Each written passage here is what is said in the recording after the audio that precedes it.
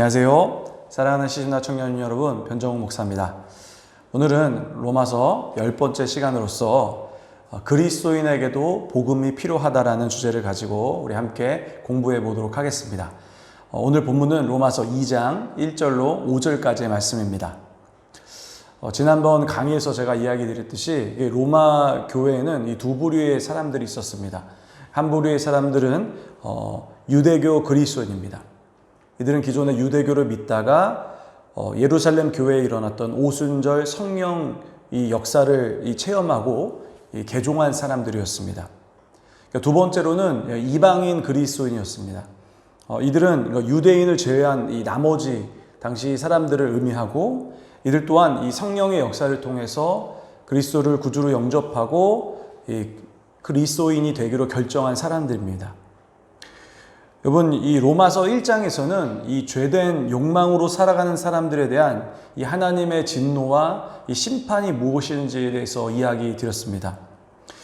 특별히 이 부분은 이방인 그리스도에 관한 이야기라고 말할 수가 있습니다. 왜냐하면 당시에 유대인들, 특별히 이 유대 기독교인들은 이방인들에 비교해서 나름 이 경건하고 이 절제된 생활을 하고 있었기 때문에 사실은 이 대상자들은 유대인이라기보다는 이방인들을 대상으로 이야기하는 측면이 강하다고 이야기할 수 있죠. 그러다 보니까 아마도 그들이 로마서 1장을 먼저 읽었다고 한다면 아마 거침없이 이 바울을 지지했을지도 모르겠습니다.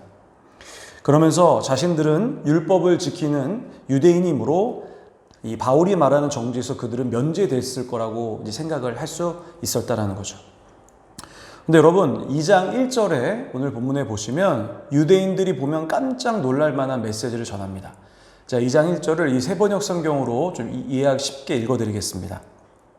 그러므로 남을 심판하는 사람이여 그대가 누구이든지 죄가 없다고 변명할 수 없습니다. 그대는 남을 심판하는 일로 결국 자기를 정죄하는 셈입니다. 남을 심판하는 그대도 똑같은 일을 하고 있기 때문입니다. 여러분, 여기서 이야기하는 바울의 요점이 무엇이겠습니까? 이런 거죠. 율법을 지키며 살아가는 유대인들도 이방인들과 크게 다르지 않다라는 거예요. 여러분, 심지어 3절, 4절에 보시면 이런 행위로 말미암아 이방인들 같이 그들도, 유대인들도 하나님의 심판을 피할 수 없다라고 이야기하고 있다는 거예요. 여러분, 도대체 바울은 어떤 생각을 가지고 이런 얘기를 했을까요? 분명히 이방인들에 비해서 훨씬 더 나은 삶을 살아가는 유대인들, 왜 그들에게도 이렇게 될 수밖에 없다라고 이야기하는지, 이런 바울은 세 가지 정도의 근거로 이야기할 수가 있습니다. 첫 번째는 뭐냐면 이 내적인 죄 또한 외적인 죄와 동일하기 때문입니다. 여러분, 이의 근거는 마태복음 5장을 우리가 볼 수 있는데, 마태복음 5장 28절에 보시면 이렇게 이야기합니다. 나는 너희에게 이르노니 음욕을 품고 여자를 보는 자마다 마음에 이미 간음하였느니라 라고 예수님께서 말씀하셔요. 예수님께서는 우리가 겉으로 음란한 행위를 하지 않더라도 마음속으로 음욕의 마음을 품기만 해도 이미 음란의 죄를 지었다라고 얘기하는 거죠. 여러분, 심지어 마태복음 5장 21절과 22절에 보시면 마음으로 형제에게 노하는 자는 이미 살인했다라고 보고 있는 것입니다. 그러니까 예수님께서 말씀하신 죄의 범위라는 것은 우리 외적으로 하는 이 죄의 범위뿐만 아니라 우리의 속에 일어난 내면의 죄 또한 함께 이 죄로서 간주했다라는 것이죠. 그렇기 때문에 바울은 그들의 유대인들도 외형적으로는 죄를 짓지 않지만 내면에 일어나는 죄가 있을 수 있기 때문에 그들도 동일하게 죄인으로 본다라는 것입니다. 여러분, 두 번째로는 2장 1절에서 말하는 이 죄의 판단, 어떤 사람을 판단한다는 그 이면 속에 이 사람은 이미 마음의 교만함을 가지고 있기 때문이라는 겁니다. 우리가 누군가를 판단할 때 우리 속에는 이런 마음이 있을 수 있죠. 역시 너는 나보다 못하는구나. 그것 봐, 내가 훨씬 나은 사람이잖아. 그러니까 사람이 누군가를 판단할 때는 하나님께 심판받아 마땅하다는 생각과 함께 동일하게 우리 속에 교만한 마음, 내가 너보다 우월하다는 그런 마음이 있다라는 거죠. 결국 이것은 무엇을 상징합니까? 교만이라는 것을 상징하기 때문에 이것은 죄의 범위 안에 들어간다는 것입니다. 그러니까 결국에는 죄를 판단하는 그 사람들도 이미 죄라는 범위 가운데, 교만이라는 죄 가운데 포함되어 있다는 것을 의미한다는 거죠. 마지막 세 번째로, 이게 가장 중요한 부분인데 무엇이냐면 그들에게 복음이 필요하지 않다라고 생각하는 것 때문에 그렇다는 거죠. 여러분, 사실 이것이 가장 핵심적인 부분인데, 여러분, 자기만 옳다는 식의 종교라는 것은 이 로마서 1장 끝에 나오는 많은 이 죄의 항목들이 나오는데, 이 특별히 자기 중심적인 무종교만큼이나 하나님을 거부하고 그분의 성품을 오해하는 것입니다. 자신을 의롭다고 여기는 사람은 하나님이 계신다는 것은 사실은 인정을 해요. 그런데 자신에게는 필요 없다라는 거예요. 그들은 스스로 충분히 잘하고 있고 하나님이 다른 사람들에게 진도하는 것은 마땅하지만 자신들은 거기서 전적으로 면제되었다라고 생각을 한다는 것입니다. 결국 무슨 얘기입니까? 그들에게는 복음이 필요하지 않다라는 거예요. 5절을 함께 읽어보시면 이렇게 이야기합니다. 다만 내 고집과 회개하지 아니한 마음을 따라 진노의 날 곧 하나님의 의로우신 심판이 나타나는 그날에 이 말 진노를 내게 쌓는도다.